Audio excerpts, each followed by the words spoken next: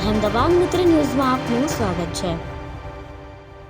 ગુજરાતમાંથી એક સાથે ત્રણ સિસ્ટમ સક્રિય થતા હવામાન વિભાગ દ્વારા રાજ્યમાં 20 જુલાઈ સુધી અલગ અલગ વિસ્તારમાં ભારેથી અતિભારે વરસાદની આગાહી કરવામાં આવી છે। ત્યારે આજે સુરતના ઉમરપાડામાં આભ ફાટ્યું હતું। આજે ધોધમાર 10 ઇંચ વરસાદ ખાબક્યો હતો, જેથી જનજીવન અસ્તવ્યસ્ત થઈ ગયું। જ્યારે ભરૂચના નેત્રંગમાં ધોધમાર 5 ઇંચ વરસાદથી જ પાણી જોવા મળી રહ્યું છે। નર્મદાના ગરુડેશ્વરમાં પણ સવારે 2 કલાકમાં 5 ઇંચ વરસાદ ખાબકી ચૂક્યો છે। સુરતના ઉમરપાડામાં ગઈકાલથી અત્યાર સુધીમાં 10 ઇંચ જેટલો વરસાદ વરસ્યો છે। ધોધમાર વરસાદ ખાબકતા નદી નાળા છલકાયા છે, તો મોહન વીરા કરજણ નદી 2 કાંઠે વહેતી થઈ છે। અનેક વિસ્તારોમાં પાણી ભરાઈ ગયા છે। સવારથી અત્યંત ભારે વરસાદ વરસી રહ્યો છે।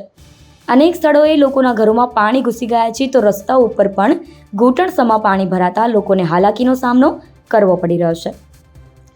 ભારે વરસાદને પગલે ઉમરપાડામાં જનજીવન અસ્તવ્યસ્ત થઈ ગયું છે। વાહનો પાણીમાં ડૂબી ગયા છે। ઉમરપાડાના ગોંડલિયા સામે પસાર થતી વીરા નદી ગાંડીતુર બની છે। ગોંડલિયા ગામે વીરા નદીનો લો લેવલ બ્રિજ પાણીમાં ગરકાવ થયો છે।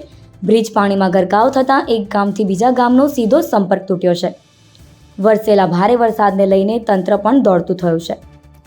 અમદાવાદ હવામાન વિભાગના મોસમ વૈજ્ઞાનિક પ્રદીપ શર્માએ ગુજરાતના હવામાન અંગે આગાહી આપી છે, જેમાં તેમણે જણાવ્યું કે 15મી તારીખે ભરૂચ, સુરત, નવસારી, વલસાડ, દમણ, દાદરાનગર હવેલીમાં ઓરેન્જ એલર્ટ આપવામાં આવ્યું છે।